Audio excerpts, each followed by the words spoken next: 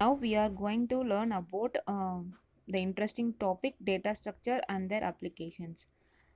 So it's very interesting topic because it is play in our day-to-day life. Many applications such as web browsers, Google Maps, music players, movie ticket booking apps use some of the data structure concepts. So this video give you a better understanding of why should you learn data structure. So let us how data structure plays in day to day life. So we all must have used online ticket booking systems at least once. It might be for booking tickets for train or maybe bus or flights or movies or any other shows. So if you want to book any seat, it is just a matter of clicking on a square and it will be booked. But have you ever wondered that this is a two-dimensional array and this is seat which is row 3 and column 4 is seat of 3 4. So you can see here this is 3 and this is 4. So this is a two-dimensional array. So and it is a real-time application of an two-dimensional array. Okay. And then now let us see, understand. We will have stood in a queue at somewhere in our life, maybe at a bank or at a restaurant or college, etc. And who comes first in the queue will be served first and can go out like this. So that is first in first out principle, which is exactly what a queue data structure is. Who comes first will be served first, but stack was last in first out. Who came last will be served first. Now you can think of any application for linked list. See, we all have music player in our phones and will have songs in it. Suppose you have 4 songs in your phone. After playing song 1, song 2 will be played, then song 3 will be played, then song 4 will be played. Like that, it doesn't stop after playing one song, the next song will be played. So the songs are connected just the way the nodes are connected in a linked list. So this is the application of a single linked list. So in a single linked list, the nodes are connected in a single way.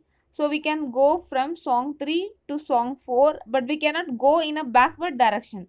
So and in doubly linked list, the nodes are connected in both directions. So we can go either way. So we can play song 1, then song 2, song 2 from song 3, we play song 2. So that is we will have both previous and next buttons. So bidirectional navigation is possible and after all the songs are played, the music player will stop playing.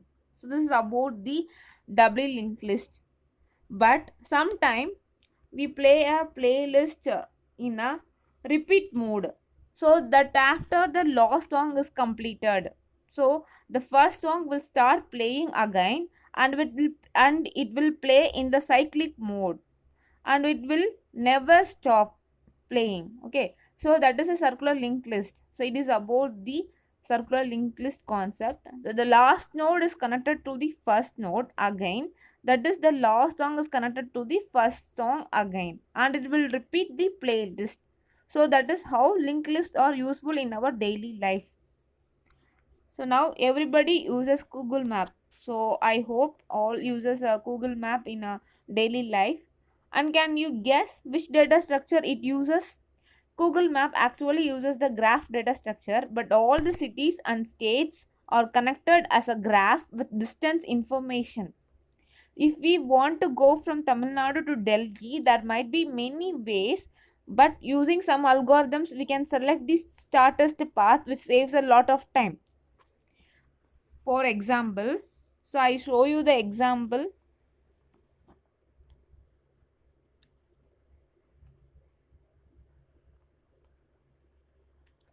So this way takes 1000 kilometer and then this one will take 1500 kilometer to reach the New Delhi, and this one will take 2000 kilometer to reach New Delhi. So you can guess. So what is the shortest distance? You know very well about it. The shortest path is the 1000 kilometer. Okay, and we can proceed with this one. Okay, so by using these concepts, so in graph data structure we are using so many algorithms for calculating the shortest path. So we are using this in our day to day life. So data structures or play a major role in our day to day life. So what are the data structure we are seeing? Uh, Queue, array, and then stack, so linked list, trees, etc. So thank you